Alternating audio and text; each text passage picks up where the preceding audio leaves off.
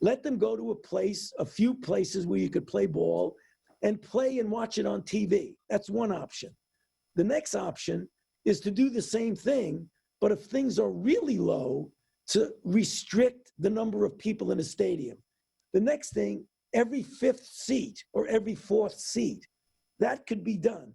And then the best of all is if things really work out, Rel, you could have a regular season. But I hope that there's some form of baseball this summer. Well, he's certainly not alone. That Dr. Fauci getting interviewed by Ryan Zimmerman of the Washington Nationals. Just like many of us, the doctor, he wants to see pro sports resume at some point. But in an interview with The Times, Dr. Fauci did say that widespread testing is really the key to whether or not sports can resume. And some leagues, he says, may have to altogether skip the season. So as we speak, Major League Baseball, they're trying to come up with a plan about how to proceed. One proposal reportedly on the table, it would give the teams a shortened spring training at their home ballparks instead of Arizona and Florida has been floated previously, and that would then be followed by a truncated season. But as I said, nothing is set in stone right now. Here to discuss, Super Agent Scott Boras. And Scott, to your knowledge, are we still at the conceptual phase, or has MLB coalesced around one plan here and they're working out the details? How far along in the planning stage are they? Our goal initially, for those of us that were involved with players and making sure players are healthy, safe, and ready. The initial step of this is when we get players and how we get players to spring training. So we're going to need a good period of time, a 30-day in advance. Plus, we have to deal with we have an international community of major league players. And so we're going to have to bring players in and assess them before they leave and when they arrive. And we may need additional time for isolation to make sure that all the players we're bringing into the community are healthy and we know their status. So really, it's about a progression. And my concept is that you do this with pitchers and catchers first, and then you bring in the next phase, which would be the position players, keep them separate from that group for morning workouts, afternoon workouts.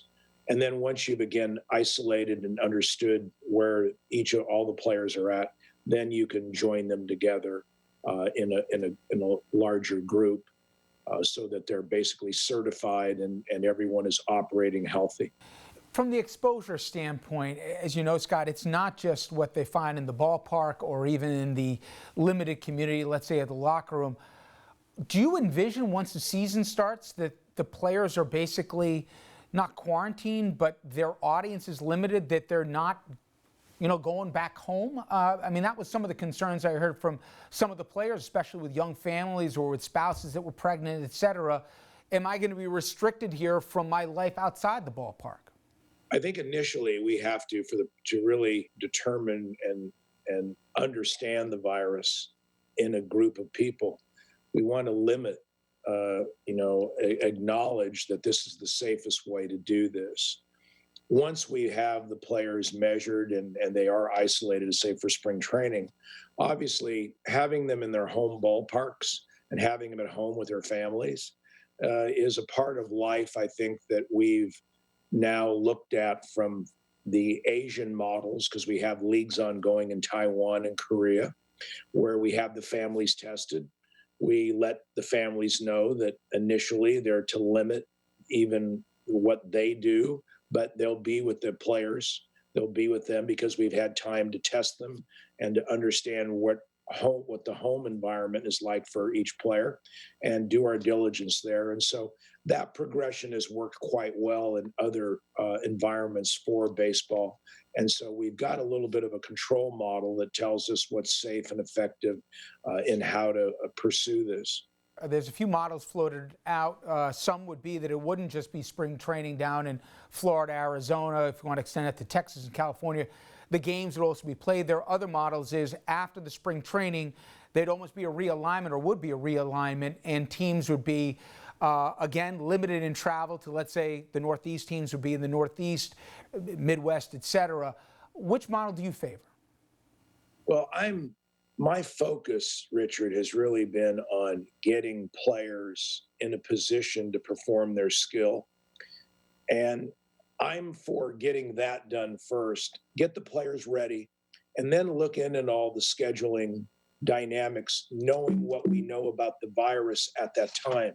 So there's many facilitated options. I am definitely for players being at home where they can sanitize their homes and their families can remain there.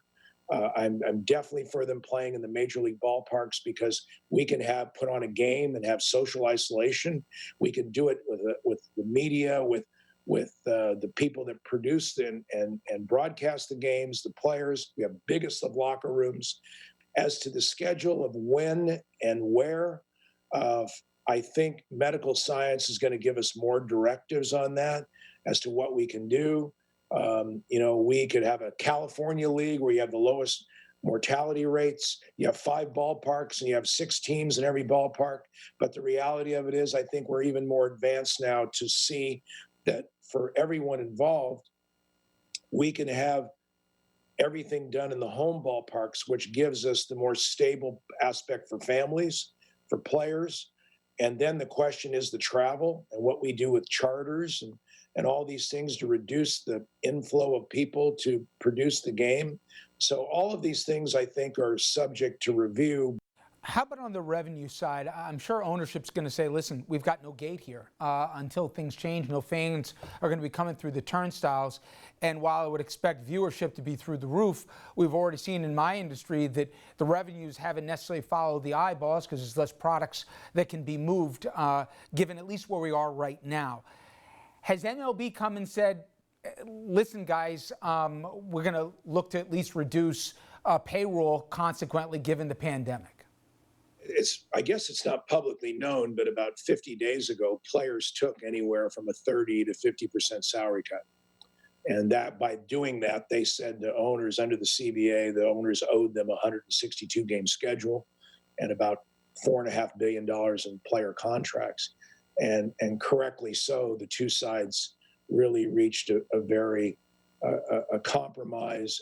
So this way, we have $2.5 billion in regional contracts. We also have owners that own portions of their regional networks, which gives them additional revenue above that. And plus, whether or not players play in the postseason, the owners receive about $1.7 billion in playoff money from the national TV contracts. So they're getting billions of dollars, and they can efficiently operate with a detriment of loss of a portion of their season and with fans, which I don't think anybody really believes they're going to go the whole season without fans. But because we're going to have people in restaurants, we're going to have states opening up. We're just going to have a lot more data that's going to give us a safe way to create an approach to that. But certainly at inception, there is a quid pro quo that's already been reached between players and MLB about their ability to take a salary cut and understand and cooperate within this public health issue. It's going to be a fascinating few months. Scott, I really appreciate the time today. Thank you so much. Thank you, Rich. I appreciate your questions. It was very well thought out. Thank you. You got it. All right. Now, as I mentioned with Scott, we've heard from the pro aspect of this. After the break, we're going to take a look at college sports. And for that, I'll be joined by the head coach of St. John's men's basketball team, Mike Anderson. Stay with us.